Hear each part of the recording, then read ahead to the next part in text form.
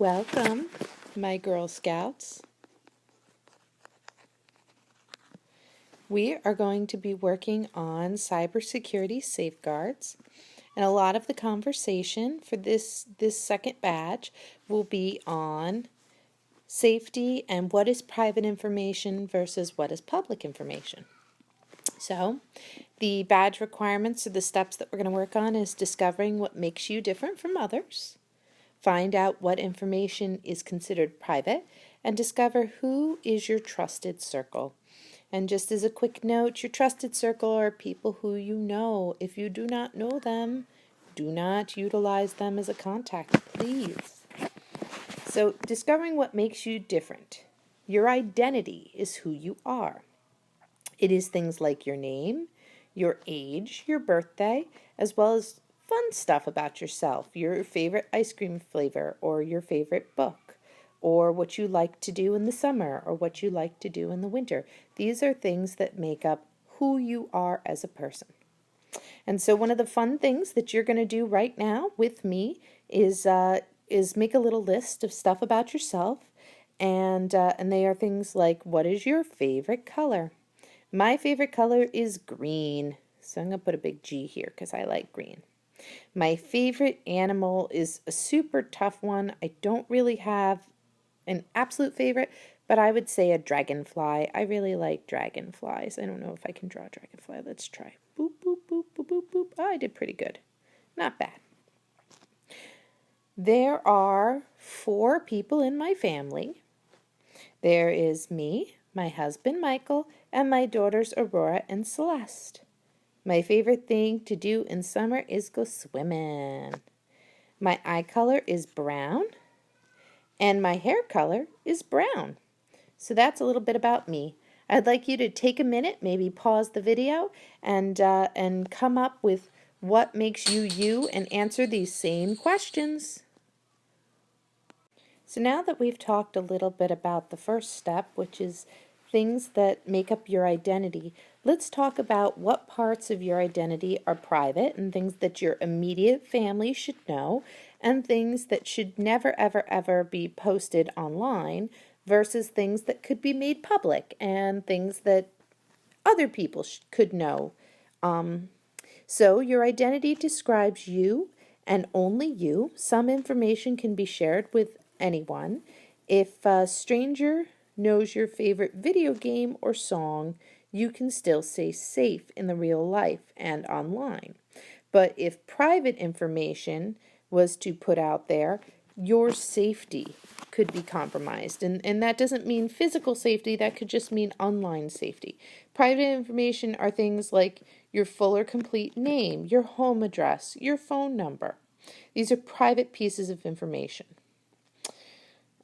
So going into private me, everyone has some information about them that's private. Here is the information you wouldn't share with a stranger in real life or online.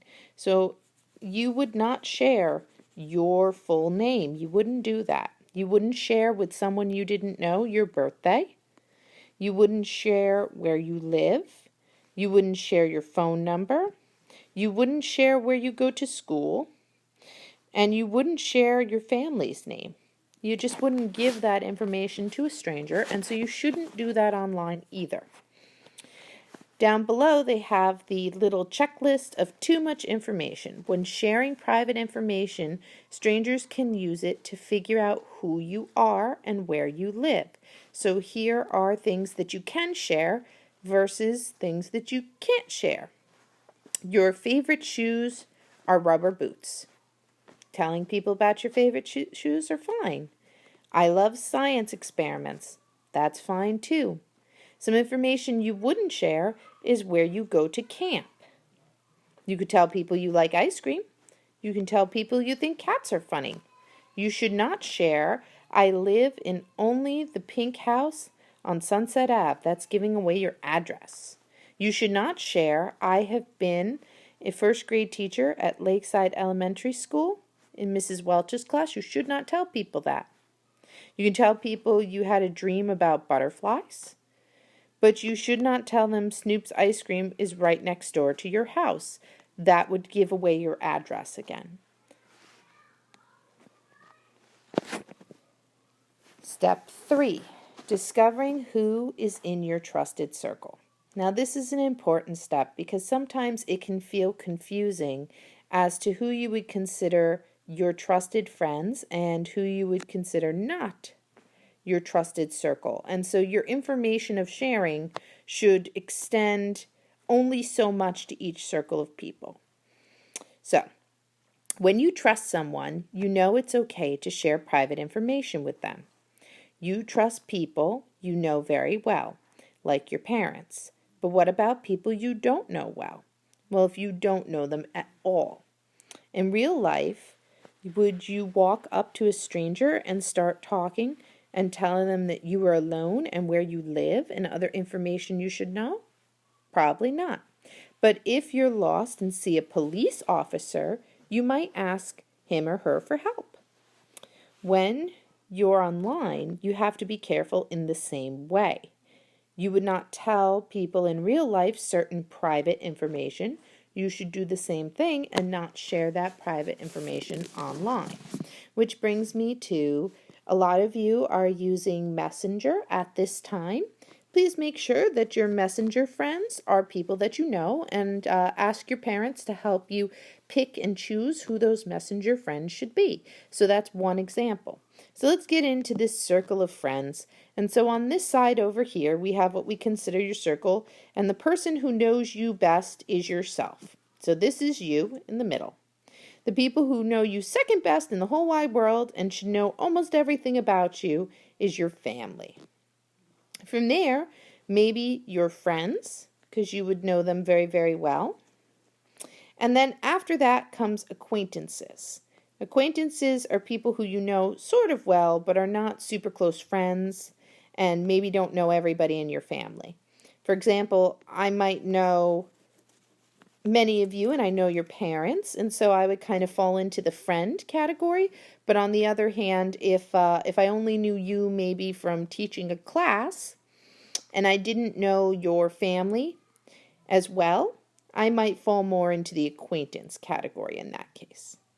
Another one is a community helper. People like police officers and nurses and doctors and firemen, they are community helpers. And then on the outside is strangers. You should not share any personal information with strangers.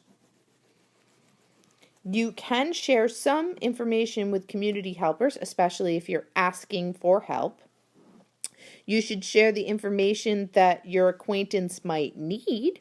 For example, if the acquaintance that you have is helping you do something because they happen to be a server at the ice cream parlor, you should share what type of ice cream you like because they're going to help you get it, right? That would be in that category.